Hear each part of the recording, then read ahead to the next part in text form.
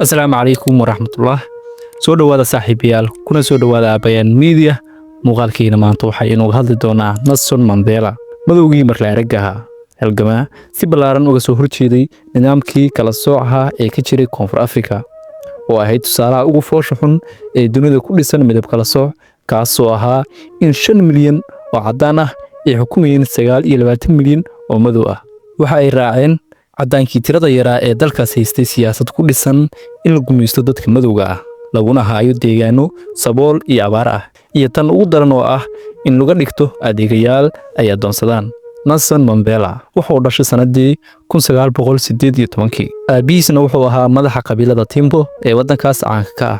Nelson Mandela wuxuu waxbarashada ka bilaabay dugsi ku yaala tuuladiisii sanadii 1930 muddo yar kadib wuxuu ku biiray jaamacadda Harvard laakiin waxa uu ka baxay sanadii 1940 ka bixitaanka jaamacadda waxa ka dambeeyay kadib markii lagu soo eedeeyay in uu ka qayb galay mudaharaad arday madow ah. xilligaas dadka madowga ah xaq uma lahayn inay codeeyaan iyo inay ka qayb galaan arrimaha siyaasadda. haddaba saaxiibayaal sanado badan oo gumeysi iyo gumaad nooc walba ah waxa uu urtay guusha iyo gumanimada kaas oo uu hogaaminayay Nelson Mandela asaga oo bilaabay mucaarad uu kaga soo horjeedo dawladdii ay hogaaminayeen cadaankii tirada yaraa kuwaas oo gabi ahaanba aaminsanaa in dadka madowga ah aysan xaq u lahayn inay ka qayb galaan arrimaha waddanka. sanadii 1942 ayuu Mandela ka qayb galay golihii Afrikaanka ee qowmiga ahaa wuxuu xisbigaas u ololay jiray xuquuqda dadka madowga ah. muddo yar kadibna Mandela waxa uu ka baxay xisbigii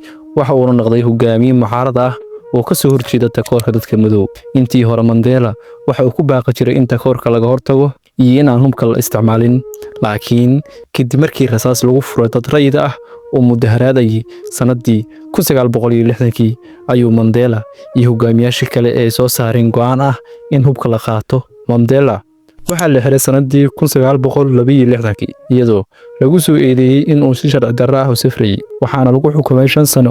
mar kale ayaa haddana sanadii 1964 lagu xukumay madaxaha ku furto yacni xabsi daa'im. sanadii 1985 ayaa Mandela loo soo bandhigay in la sii deynayo waa haddii uu ka tanaasulo mucaaradnimada dadka cadaanka ah ee xukunka haysta. laakiin Mandela marnaba ma uusan aqbalin waxa uuna xabsiga isaga sii jiray ilaa laga gaaray sanadii 1990 oo ahayd markii uu xoroobay waxa uuna xabsiga ku jiray muddo 27 sano ah.